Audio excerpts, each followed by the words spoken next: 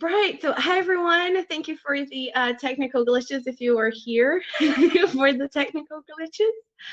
And before I start, I just want to say that these views are my own and not my employer's. We have to do that as a disclaimer for where I work.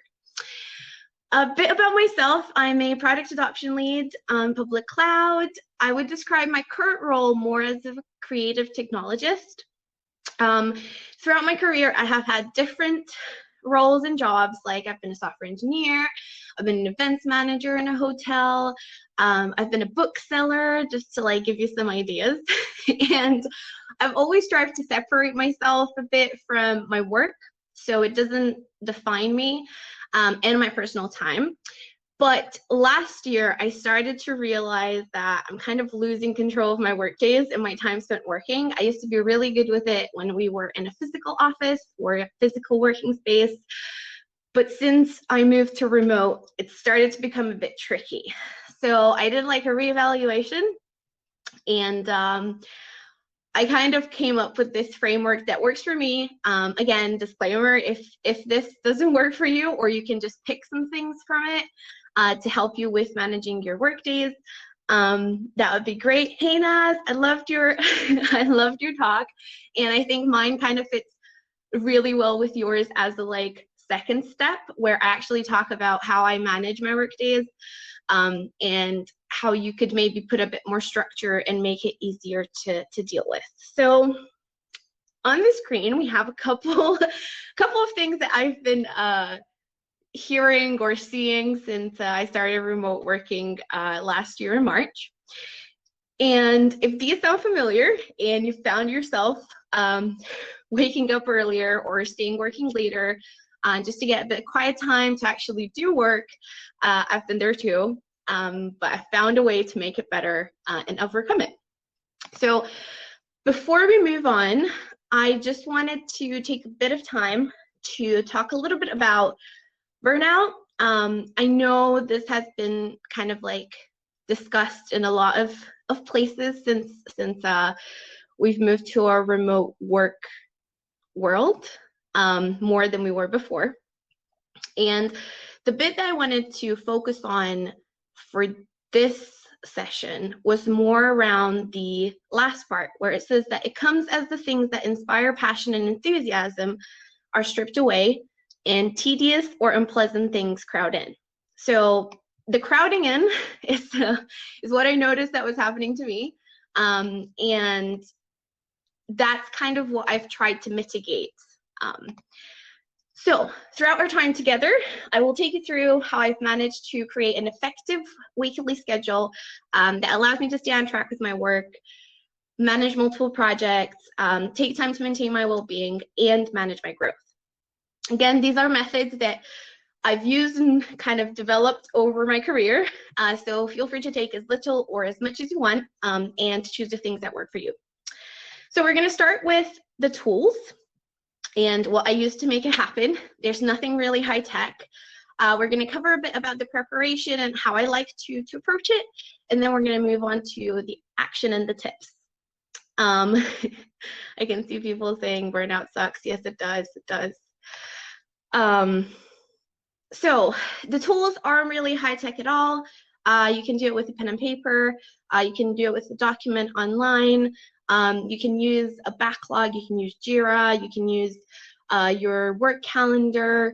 You can even apply it to your personal life and use your personal calendar if you like to have a bit more control about what you do with your time. I like what Naz was saying with like putting your workouts into your calendar. That's really, really good because it kind of makes you accountable and it reminds you and triggers you a reminder that, hey, you were saying that you should be doing this. And you kind of just need to stick to it and make a habit and draw a hard line.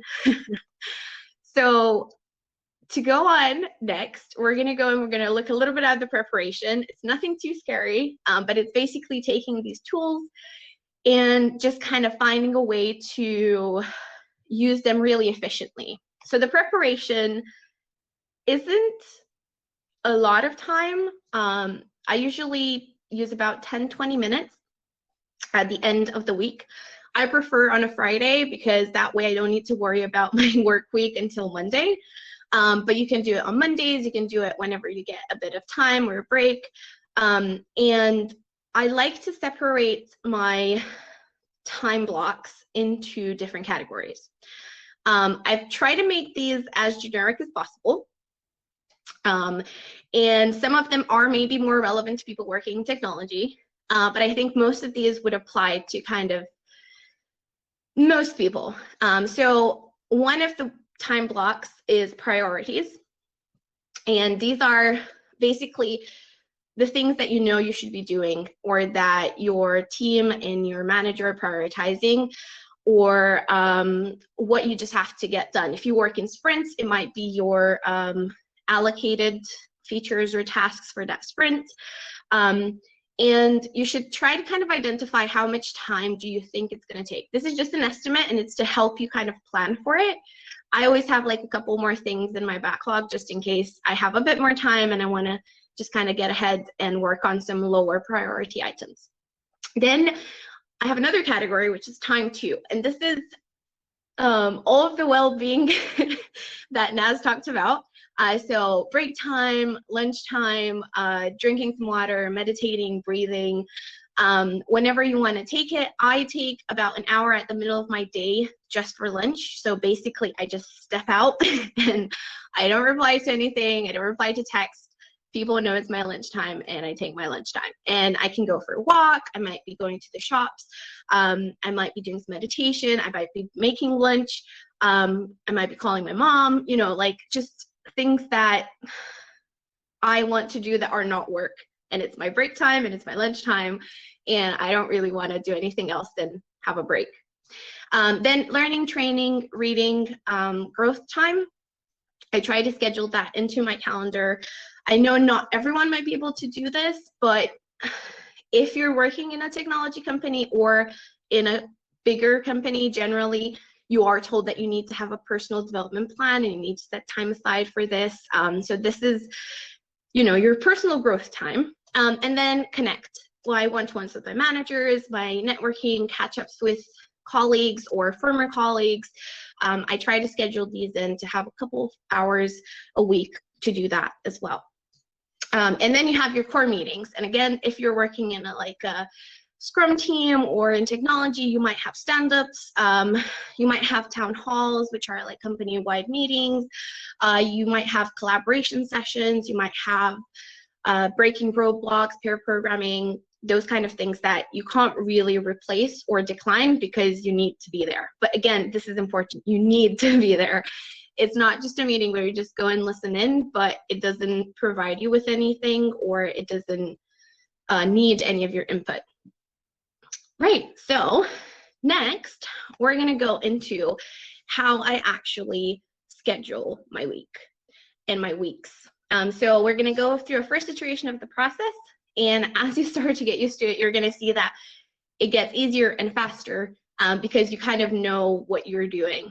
Also, this is a representation of a 5-day week for working 8 hours a day, something we do in Scotland where I'm right now, but you can mix it so it fits your schedule. I also have a couple of flexible working examples at the end. I was enrolled in a master's part-time, so I had 1 day a week that I used to study, so that meant that I needed to really plan my time carefully during the 4 days that I had left for working. So to start off, I block time in the morning for my emails and my stand-up. I know that email is sometimes stressful, and I know that it takes a lot of people's time, but I try to have some specific slots for checking emails and replying to emails. And I found that I do the most replying and following up at the beginning and the end of my day. I also work across time zones. So I have colleagues in America, I have colleagues in Asia Pacific, I have colleagues in Europe. So I dedicate time to reply and kind of like send out requests and invites to them, but I block time for that. And then you have your stand-ups or your catch-ups with your teammates, just making sure that you're all aligned and you know what the others are working on and what the priorities are for that day. So second bit is around meetings. And again, these are meetings that you should be attending. And I've kind of came to an understanding with some of my teammates that some meetings don't require me to be there. It's enough if there's one person from our team there, and then we just disseminate the information after the meeting happens, and they just let me know if there's anything I need to do or an action that I have or anything relevant for our team. I politely decline meetings that I either feel that I don't know why I should be there, or that don't have an agenda, or that don't specifically require me to be there. I always tell them when I decline them that I'm not entirely sure if I should be there, but if there is something that you need me to do or you need my input on, feel free to send me an email, and we can review this decision of me not attending.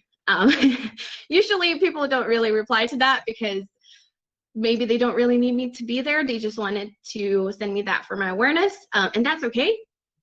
But yeah, don't be afraid to decline meetings. It's okay. If they really want you there, they're going to notice and they're going to come back and say, no, actually, we do need you to attend.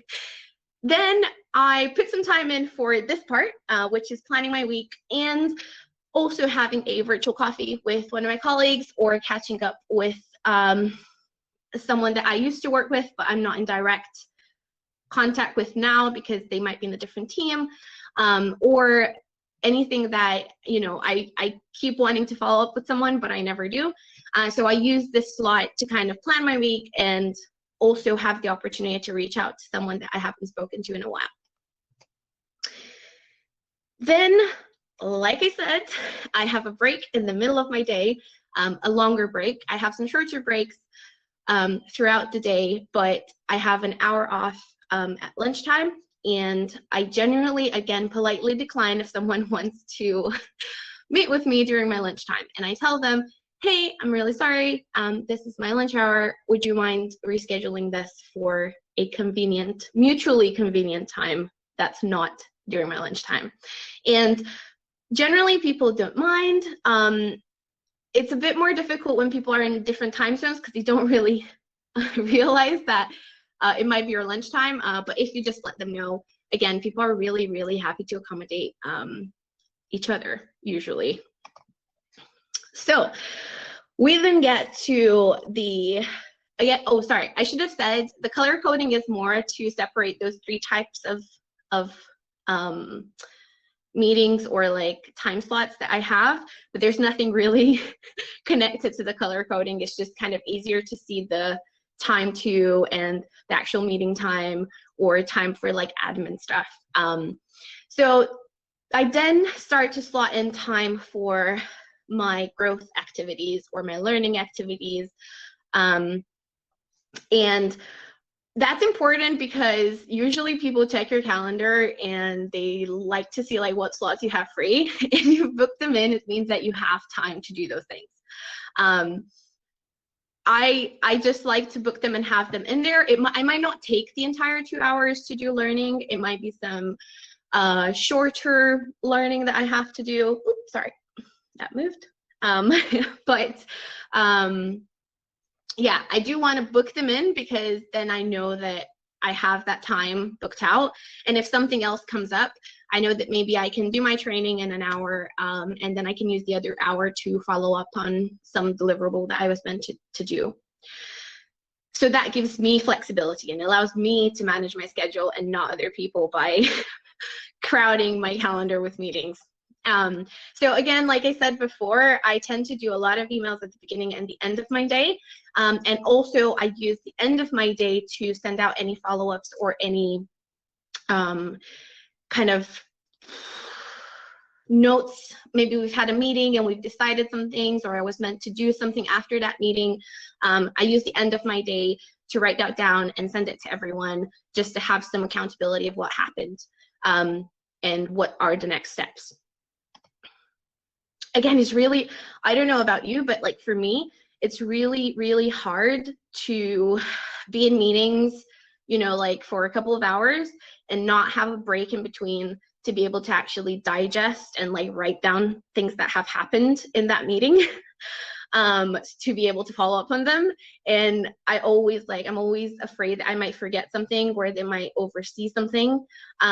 So that's why I generally try to take notes while we're in meetings, and being remote, it's a bit easier because I can type without looking at my keyboard, so I can look at the person and type at the same time.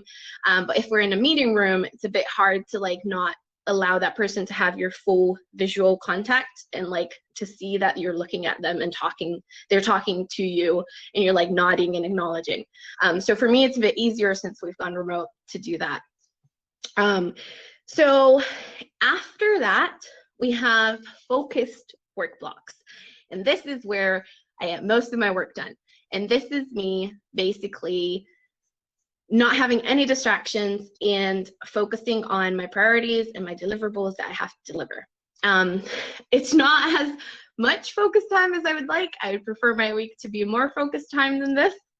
But this allows me to then even discuss with my manager and say, hey, if you want me to do some extra things, it means that some other things might need to be pushed to the right, and they might be delivered next week because you want another thing to be prioritized. And it's really, really better to have this kind of justification for, like, if they ask you, hey, can you do an extra thing? And you can say, well, I can, but that means that X thing is going to move on to maybe delivering it next week. That is if you have a very nice and kind manager like I do.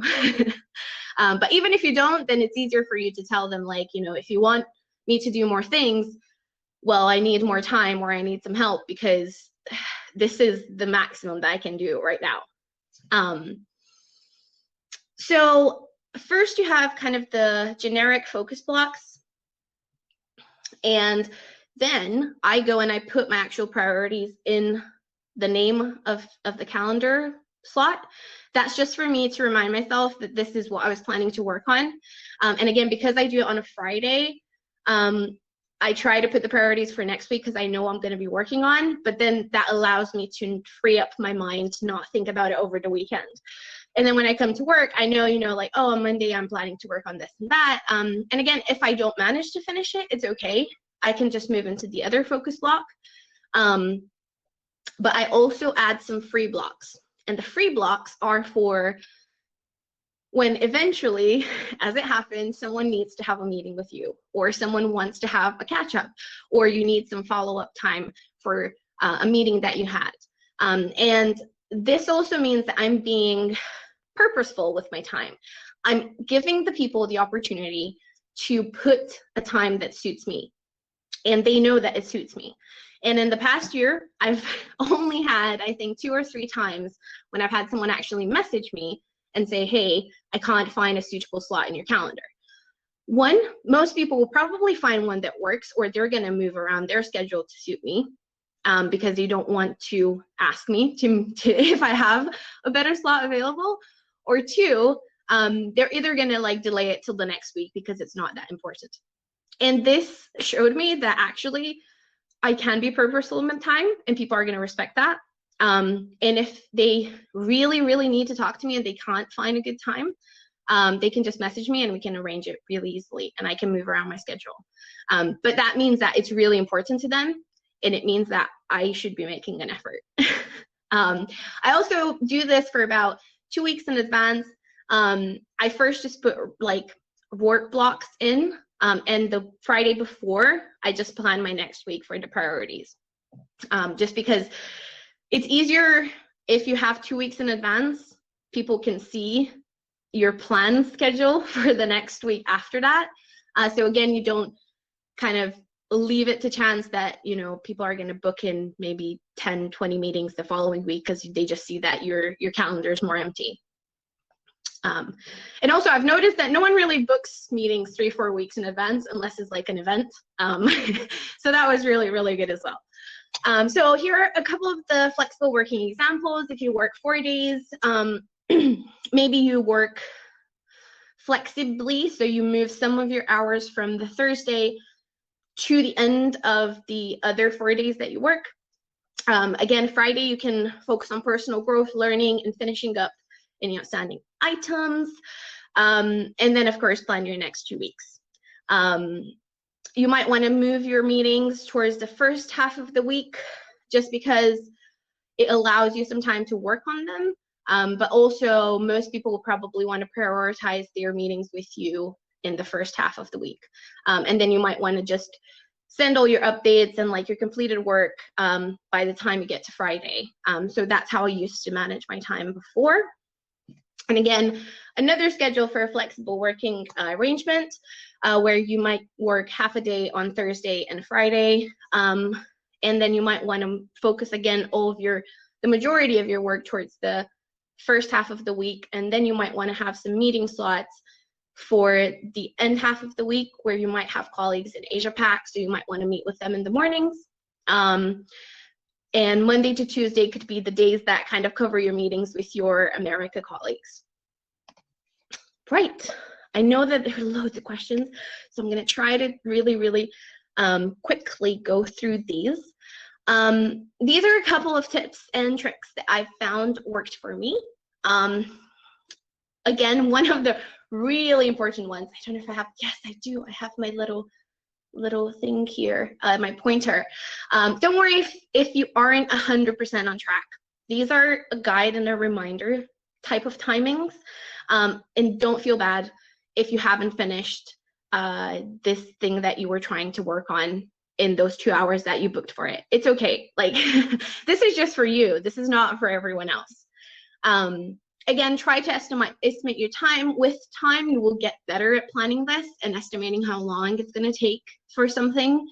You can also block out your out of work hours. Again, that's really helpful because other people can see that you're not available, and you know that if they need you for something, they should probably contact you in your available hours, not out of hours, or if they do, then they probably should expect a reply the next day. Have walking phone meetings with your manager or team. You can discuss about it and you can agree it before. I have like walking phone meetings with my manager just because it's nicer, and we're talking about, you know, like the alpha brain waves. If you're walking and talking about something, you're a bit more creative. Leave a few empty slots for unexpected meetings. Again, try scheduling 25-minute meetings or 50-minute meetings instead of half an hour and an hour. That way people can go and stretch, they can go in and get a glass of water, they can have a comfort break, you know, they can prepare for their next meeting. I work on 2-week time boxing sprints. First week, you have a plan for what you want to achieve, and you put that into your time boxes. Second week, you just block it off so people can't pile meetings in your calendar. Make time to take a break every day. I can't stress that enough. Have dedicated email reading, answering time. And again, with your team, just see if there are meetings that you can have one of you go and then report back to the rest of the team. Right, so I'm gonna go to questions, but before that, I have a couple of great resources that I recommend. The Joy of Work by Bruce Daisley is super good. He also has a podcast, Work, Eat, Sleep, Repeat, I think, or Sleep, Eat, Work, Repeat. Really good, really interesting. The Remote Worker Survival Guide, really good.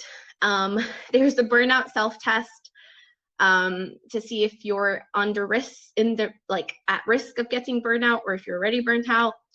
And also selfcare.tech, a lot of good self-care resources. I know there's a talk after this about that. And I'll also post a link to the slides because they have links to all of these resources. And there's also a bit.ly link that I'll leave up here that's the link to the slides. So with that, I shall go back to the chat and I'll see what questions we have. If we have any questions. I also enjoy politely declining meetings with no agenda. Yay! Woohoo! We should make like a movement. It made a big difference in my last workplace with forced agendas and meeting requests. Yes. That makes it so much easier because then you can decline. If there's no agenda, you can decline without feeling guilty, and kind of lets that pressure off because it's accepted that if it doesn't have an agenda, you can do that. Katya, yes, 100%. The whole team does not need to attend every meeting. Any advice on Slack messages? We get so many. I have a love-hate with Slack. First of all, we don't use Slack in my company. We use another chat provider. But also we don't really use that much on mobile. We generally use it more on our desktops. So that kind of relieves the pressure of having it buzz all the time. I would say with Slack, set boundaries. Same, it's you know, oh no, my camera disappeared. Sorry, I'm back. Set boundaries. Maybe have an agreement. So like if it's your team Slack or if it's like a smaller group Slack, try to set an expectation that it might take, you know, some time for you to reply. Like it might be the same day, or it might be like kind of like an SLA, so like a service level agreement for response times. I know with messaging, people expect you to reply straight away, but it's not always the case. So either agree on it, or just mute it. Like I sometimes mute some of the channels because I'm just like, I need to do focused work. I'm not going to be like responding. Unless you work in something like incident management, I don't think you have to reply immediately. If people have a question that's really important to them, they will wait for your reply. Great. I used to feel guilty about not answering. Said it's fine. Yes, it is fine. Thank you so much for that advice. Gonzalo, yes. Again, yeah, try to do 25-60 minutes of work between Slack answering. Yes. Good suggestion. I'm in a text. Yes. With the I'm in the middle of a task. Do you mind if I read and reply later? Is it a good idea to have no meeting days?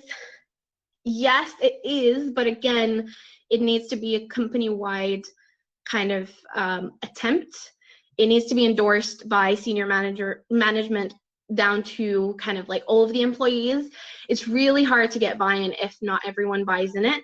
But if you work in the more of a sprint, in an agile team, it might be easier because you probably don't have that many meetings externally. So you could talk to your team to try to set those on specific days, and then have some days that are just you focusing on your work as a team without actually having any sprint meetings or any kind of like disruptive meetings in your focus work. Do juniors have the right to be this proactive about their work schedule from the start, or is it a prerogative that is earned later? Bethany, I think you should, and I think if you have concerns about that, you should talk to your manager. I am not super senior. I mean, I shouldn't be saying that, but it's true. Like I've only been working in tech for 5 years. And I've always tried to be proactive with my calendar, just because it sets a certain boundary and expectation with the people that I work with. And I try to make that clear as much as I can from the beginning. I make it clear I do not work weekends. I make it clear I work UK hours. Yes, I will stay like longer in a day or two, but then I'll probably start later the next day, or I'll manage my time differently. But again, I talk to my manager about these things and we agree. That's how we can, get time back. It's particularly difficult when you work with different time zones, but you can find a way if you want to find a way. And generally, your managers should listen to these concerns and try to do whatever they can to prevent you from burning out.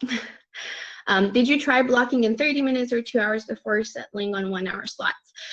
Katya, I do them differently depending on how much time I have that week. I did it for 1 hour slots. Just because sometimes when you do block 3 hours, people might look at your calendar and they're going to be like, oh, she can't be in a workshop 3 days a week. But if you book an hour and a half or an hour and half an hour, then it looks more like a genuine schedule. So when they look at it, they know that, okay, she's busy on these days. I don't know if that makes sense, but it's kind of like a psychological trick. My prior work has been academia, in an office. Yep. We have no meeting Thursdays. Yay! So it's a trick. Yes, kind of. It's a trick. It's a bit of a trick. But I know that we are done. It's 3:30 in the UK. We're already on the last half day and the third day of the Codebar Festival. Thank you so much for everyone who's come to see my talk, who's participated over the last couple of days, and the next session is probably starting up. So you should probably head out to the sessions tab to start the next meeting.